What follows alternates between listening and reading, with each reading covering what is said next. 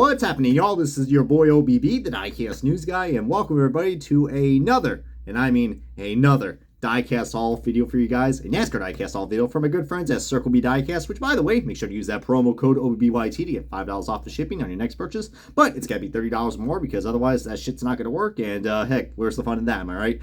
But really do appreciate you guys' continuing support of these Diecast hauls videos. We had a lot of good views on the last one, and this one I think we are going to have many more, and I did say more because, as you guys know, Circle B Diecast, which I got a box right here, it's going to be a pretty small haul. I only picked up 5 Diecasts, but this is going to be one, and I mean one of many Diecast hauls that we're going to be having in these next few weeks. Because if you guys aren't aware, these last few weeks, or probably even the last 2-3 days after I'm uploading this, we have ourselves a lot of next-gen diecasts that are already hitting the shelves. I know my good friends, my good buddies who are also YouTubers, LW3 and Diecast Buffet, I know they're already going to be pretty loaded with these, some of these diecasts. But yeah, I mean, who knows what kind of diecasts are in here? They could be next-gen, but let me tell you what, man, the content for next-gen diecasts are going to be even more because we got ourselves a lot of big shipments. But this is like a nice little small kiosk for you guys. And you guys probably wondering why the hell am I decked down Buffalo Bills gear. I mean, not a bandwagon. As you guys know, I've been a long-time Bills fan since 2018. And heck, you know, I just decided to feel a little Billy today, if you know what I mean. And that was kind of cringy for me to say. But heck, I'm uploading this right before the Bristol night race. So heck, you know, things are looking pretty interesting. And we'll see how things play off right there for who's going to get eliminated for tonight's race. As I know this video is going to be pretty dated. But yeah, let's go ahead and start unboxing this bad boy, as I don't want to waste any more time. So I found the closest thing that looks like I can probably open this, and I got a screwdriver. This is a screwdriver that I use to take off, you know, bases. So let's just see how things will go. Wonderful. Alrighty, so that is nice and clean.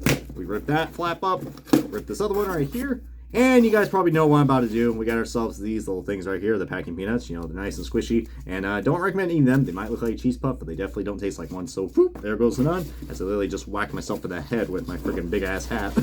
All right, so we got more. Hooray. Hallelujah. Here we go. All right.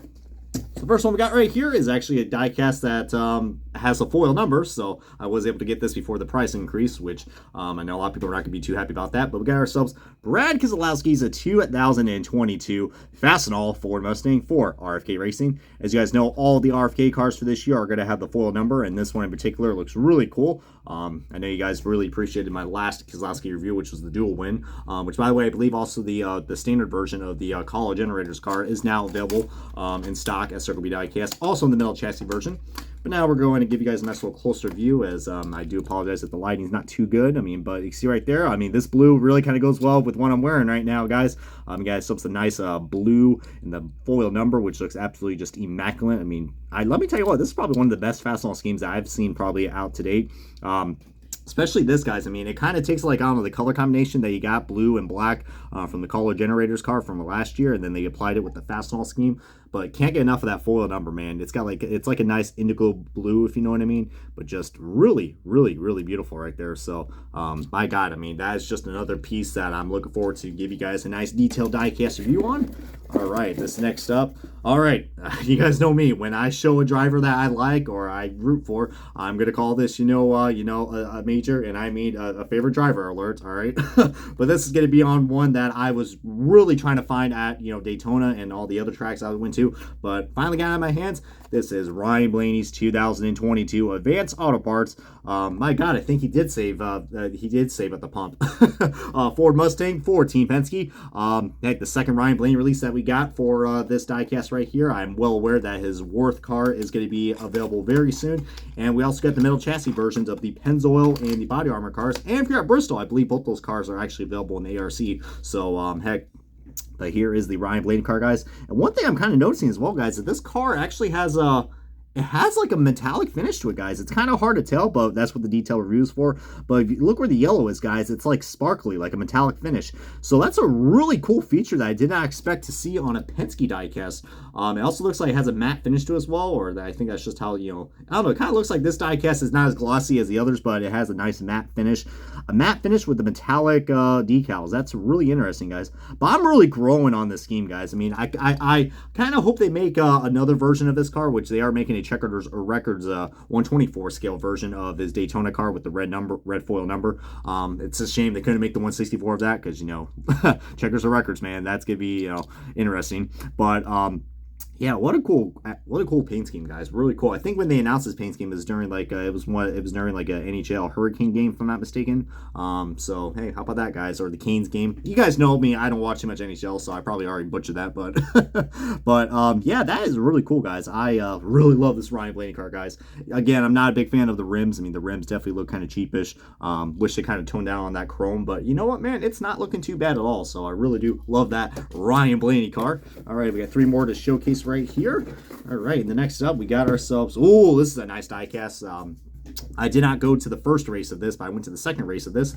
This is William Byron's 2022 Liberty University Chevrolet Camaro ZL1 1LE for Adam Motorsports. No, not Liberty Bibberty.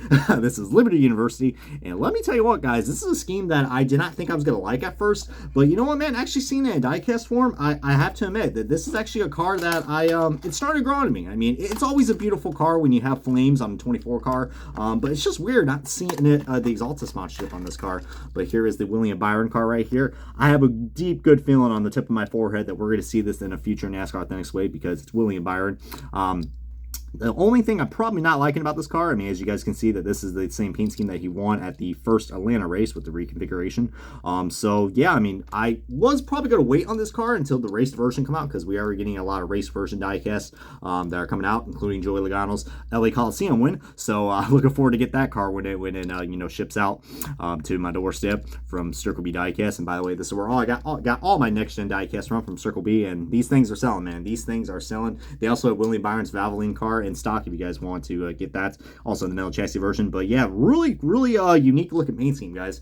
Like I said, I wasn't really a big fan of it. I mean, I think the only thing I got to criticize is just how, I mean, this is how it is on the actual car, guys, but I'm not really a big fan of just you got the flames right here, and then you got the racing stripe. It seems like this car kind of has like an identity crisis. I don't know if it wants flames or racing stripe or both, but I think flames would look better on top, but still is a nice looking car, I will say that. But we'll get more into the detail review because that's what the reviews are for. All right, and these last two are kind of like appropriately timed because these are actually your last 2 winners for the NASCAR playoffs, even though they're not in the playoffs. But here we got ourselves that Jones boy, guys. We got Eric Jones's 2022 U.S. Air Force Chevrolet Camaro ZL1 1LE for Petty GMS. Holy crap, guys, this diecast could not come out in any time sooner because the Focus Factors car has already been a hot seller, and this is the diecast that where actually, you know, a good fellow YouTuber, Eric Giesep, actually got a first look on the next gen diecast. So it's pretty cool that, you know, he got that one-of-a-kind diecast, but now this is actually now out to the public now. The U.S. Air Force scheme, it might look like it's pretty plain Jane, but don't be fooled by the camera, guys. The camera might look like it's coming off as black, but it's a very dark military green, guys. Kind of think of like the Justin Allgaier military car, but just a lot more darker, guys.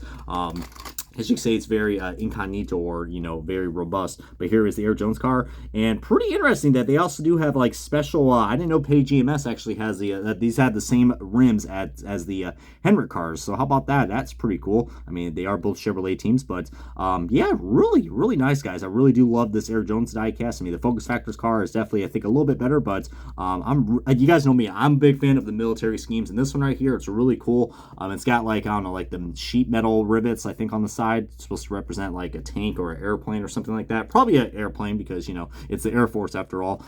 No, if tanks could be in the sky, then that'd be for some cool ass shit. But but yeah, that is really awesome, man. But looking forward to do more of that.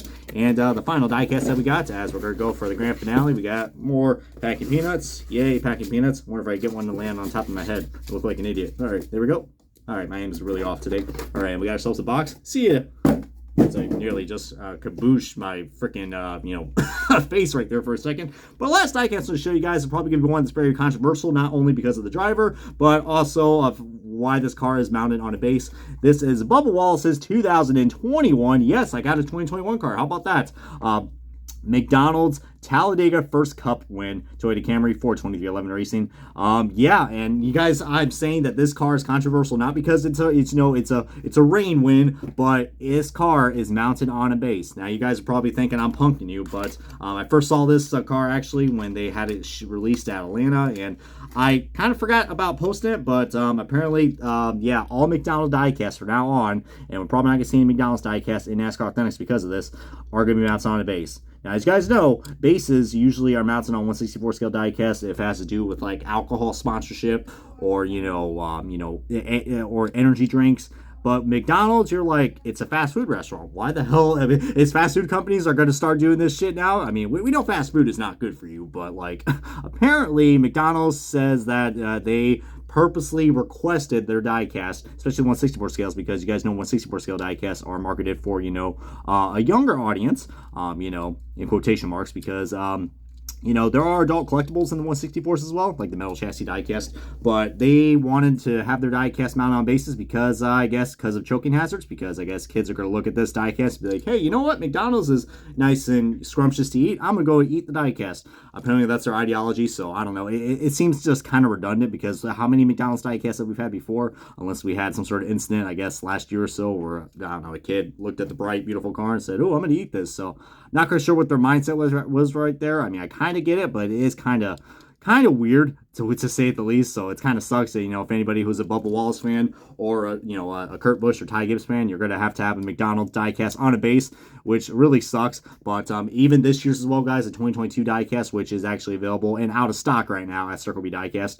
Metal chassis version is available, but I look forward to get that. But I'm looking forward to definitely review this one because this one's actually really cool. It's a one-of-a-kind paint scheme from Bubba Wallace in this McDonald's car. It's like they kind of like redid the paint scheme like later on in the season. But this was such a huge and monumental win for not only Bubba Wallace, but for history in NASCAR. But yeah, guys, that's going to wrap up with this nice mini diecast haul video. So I hope you guys enjoyed this. As feel free to comment below which diecast you want me to review because, we got ourselves a lot of cool diecasts. So there's the Bubba Wallace car. We got ourselves that Jones boy. All right, William Byron's, I almost said Exalta. It's a Liberty University car. All right, and we got ourselves the Ford Mustangs, Ryan Blaney, and Brad Keselowski. So comment below which diecast you guys want me to do a review on. I'm planning to review all of them, including, and thank you guys so much for you guys' support on these diecast reviews. The next gens have always been a big hit, but the IndyCar reviews and the classic diecast reviews got a lot of praise for you guys, so I'm doing everything I can to mix it up for y'all and just thank you guys. I also forgot to say, guys, thank you guys for 5,000 subs. I mean, that's some cool shit right there. So hopefully I'm gonna hook you guys up with something really cool in the future very soon. Got a lot of plans for y'all in the not so distant future. So stay tuned and stay subscribing, y'all. But this has been OBB, the Diecast News Guy, and heck, I am going to enjoy the rest of this weekend. And you guys have a good one, and see y'all next time. Take care, y'all.